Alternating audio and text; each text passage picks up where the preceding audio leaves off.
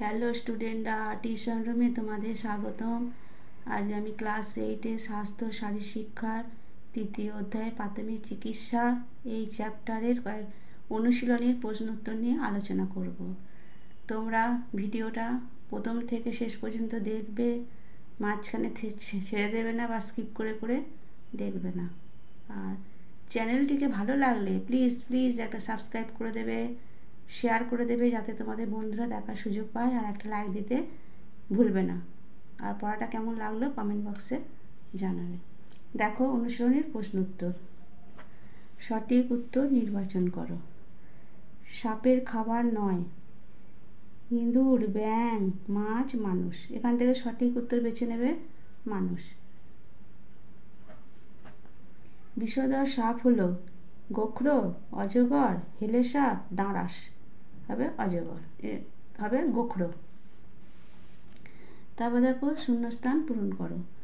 সাপ শব্দ শুনতে পায় না, কম্পন অনুভূত করে। হলো। তারপর দেখো 2-1 কথায় উত্তর দাও। প্রাথমিক চিকিৎসা সংজ্ঞা দাও। উত্তর দেখো, যে কোনো হঠাৎ দুর্ঘটনায় প্রাথমিকভাবে হাতের কাছে জিনিস দ্বারা রোগীকে চিকিৎসা করা হয় তাকে প্রাথমিক চিকিৎসা বলে। তারপর দেখো হৃৎপিণ্ডের কাজ বন্ধের সম্ভাব্য উপসর্গগুলো কী কী। উত্তরে দেখো হৃৎপিণ্ডের কাজ বন্ধের সম্ভাব্য উপসর্গগুলি হলো শ্বাস নেওয়া বন্ধ হয়ে যাওয়া, হৃৎপিণ্ডের স্পন্দন শোনা যায় না, অজ্ঞান হয়ে যাওয়া, চোখের মণি স্থির হওয়া। এগুলো পয়েন্ট করে করে লিখবে, তাহলে নাম্বারটা ভালো পাবে।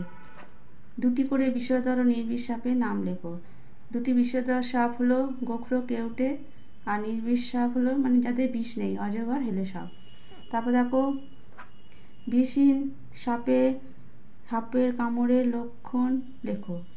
রোগীর শরীরে 2টি পিন ফোটানোর মতো রক্তাক্ত দাগ দেখা দেয়, সেই জায়গা জুড়ে ফুলে উঠে লালচে হতে থাকে। সরি এটা হবে সাপে কাটা। সাপে কাটা ব্যক্তির 2 চোখের পাতা বন্ধ হয়ে আসে, কামড়ের স্থানে প্রচণ্ড জ্বালা যন্ত্রণা করে। তারপরে প্রশ্ন দেখো, সাপের বিষ ক প্রকার কী কী। সাপের বিষ 2 প্রকার, যেমন নিউরোটক্সিন স্নায়ুতন্ত্রের ক্রিয়া ধ্বংস করে, আর হেমাটোটক্সিন রক্তকলার ক্ষতি করে।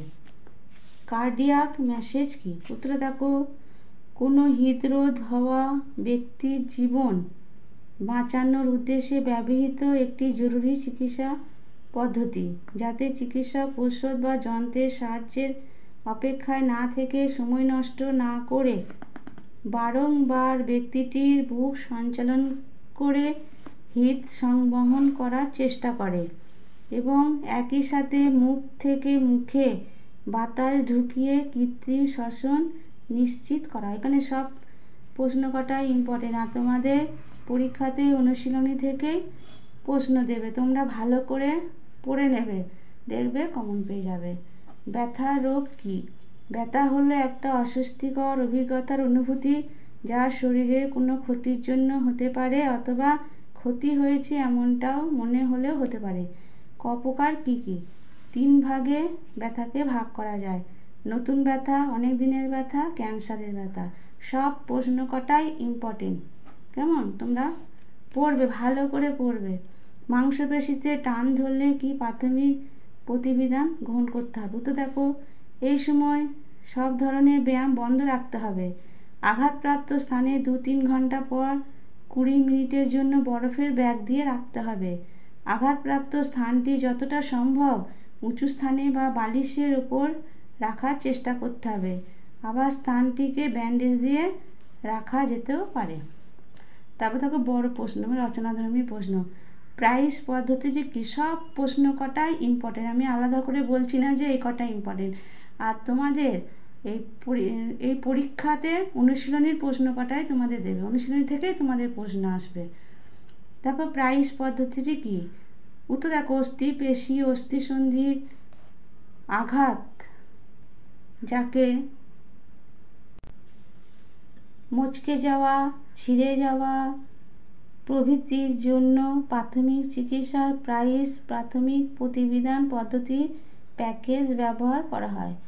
প্যাকেজে পি প্রোটেকশন সুরক্ষা, আর রেস্ট বিশ্রাম, আইসিং বরফ, সি কম্প্রেশন সংকোচন, আর ইলিভেশন উচ্চতা। ক্রিয়াক্ষেত্রে বেশিরভাগ চোট আঘাতের সঙ্গে সঙ্গে ওই স্থানে প্রাইস নীতি প্রয়োগ অপরিহার্য। এই পদ্ধতি আঘাতের তীব্রতা অনুসারে 48 থেকে 72 ঘন্টা পর্যন্ত ব্যবহার করতে হবে এবং এর সঙ্গে সঙ্গে ডাক্তারের পরামর্শ অবশ্যই নিতে হবে। সাপে কামড়ানোর প্রাথমিক প্রতিবিধান আলোচনা করো। তোমরা ভিডিওটা প্রথম থেকে শেষ পর্যন্ত দেখবে, মাঝখানে ছেড়ে দেবে না বা স্কিপ করে করে দেখবে না, তাই ইম্পর্টেন্ট প্রশ্নগুলো সব মিস করছে। আর সব কটাই তোমাদের করতে হবে অনুশীলনী, কেমন? দেখো, 1 সেকেন্ডও সময় নষ্ট না করে যত তাড়াতাড়ি সম্ভব রোগীকে ক্ষতস্থান ঠিক রেখে 1 ঘন্টার মধ্যে হাসপাতালে নিয়ে যেতে হবে। আর তোমরা সব পয়েন্ট করে করে লিখবে, পয়েন্ট করে করে লিখলে পরীক্ষাতে ভালো নম্বর পাবে। রোগীকে শান্ত রাখতে হবে, উৎসাহ দিয়ে মনোবল বাড়াতে হবে। কেবলমাত্র পরিষ্কার জল দিয়ে ক্ষতস্থানটা ধুয়ে দিতে হবে। ক্ষতস্থানটিতে একটা পরিষ্কার কাপড় জড়িয়ে দিতে হবে। রোগী যেন ঘুমিয়ে না পড়ে সেদিকে নজর দিতে হবে। সবশেষে অ্যান্টিভেনম সাপের বিষের প্রতিরোধক ইঞ্জেকশন দিতে হবে প্রাণ বাঁচাতে। বিষধর সাপের কামড়ের লক্ষণগুলি লেখো। ক্ষতস্থানে দাঁতের দাগ দেখা যেতেও পারে, না যেতেও পারে, সব পয়েন্ট করে করে লিখবে। ক্ষতস্থান গভীর হয়, কিছুটা সময়ের মধ্যেই শরীর ঝিমিয়ে আসে, ঘুম পায় ও চোখের পাতা ঝুলে পড়ে, টলে টলে যায় দেহ ও চলতে চলতে শুয়ে পড়ে,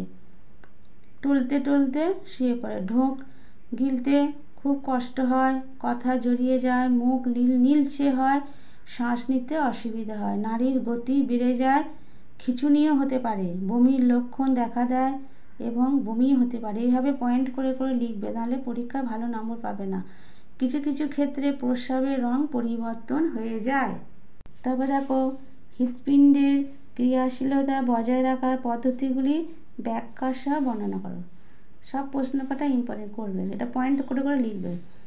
কোনো মানুষ জ্ঞান হারালে প্রথমেই তাকে একটা শক্ত জায়গাতে শুইয়ে দিতে হবে, তাকে হালকাভাবে ধাক্কা দিয়ে দেখতে হবে তিনি সাড়া দিচ্ছেন কিনা। সাড়া না পেলে প্রথমেই তার আশেপাশের মানুষের দৃষ্টি আকর্ষণ করে সাহায্য চাইতে হবে। 2 নম্বর, জ্ঞান না থাকলে অনেক সময় শ্বাসপথ বন্ধ হয়ে যায়, তাই আক্রান্তকে চিৎ করে শোয়ানো অবস্থায় চিবুকটিকে একটু তুলে বা গলার পিছন দিকে হাত দিয়ে মাথা পিছনের দিকে হেলিয়ে শ্বাসপথ রাখতে হবে। 3 নম্বর, যদি কৃত্রিম দাঁত থাকে তা বের করতে হবে এবং মুখের ভিতরে আগাছা পদার্থ থাকলে তা প্রথমে বের করতে হবে। জিহ্বা উল্টে থাকলে তা সোজা করে দিতে হবে। মুখ যে কোনো একদিকে কাত করে দিতে হবে। বুঝেছ? এই প্রশ্নগুলো তোমাদের আসবে পরীক্ষাতে, করে নেবে, উত্তরগুলো তোমরা ভালো করে করে নেবে। কী কী কারণে হৃৎপিণ্ডের কাজ বন্ধ হয়ে যেতে পারে তা লেখো। উত্তরটা দেখো, হৃদযন্ত্রের ক্রিয়া বন্ধের প্রধান কারণ করোনারি ধমনী রোগ। অন্যান্য কারণের মধ্যে আছে প্রচুর রক্তপাত হওয়া, অক্সিজেনের অভাব, পটাশিয়ামের অতিস্বল্পতা, হৃৎপিণ্ডের বৈকল্য এবং প্রচণ্ড শরীরচর্চা। কিছু সংখ্যক জন্মগত হৃদত্রুটিও, যেমন দীর্ঘ কিউটি উপসর্গ, এই ঝুঁকি বাড়াতে পারে। এগুলো ছিল এই অনুশীলনীর প্রশ্ন। আমি উত্তরগুলো তোমাদের সব করে দিলাম, তোমরা খাতায় লিখে নিয়ে মুখস্থ করে নেবে, দেখবে এখান থেকে কমন পেয়ে যাবে। আর অনুশীলনী থেকেই তোমাদের পরীক্ষায় সব প্রশ্নগুলো দেবে। পড়াটা কেমন লাগলো তোমরা কমেন্ট বক্সে জানিয়ে দেবে। চ্যানেলটিকে ভালো লাগলে প্লিজ একটা সাবস্ক্রাইব করে দেবে, শেয়ার করে দিও যাতে তোমাদের বন্ধুরা দেখার সুযোগ পায়, আর একটা লাইক দিতে ভুলবে না।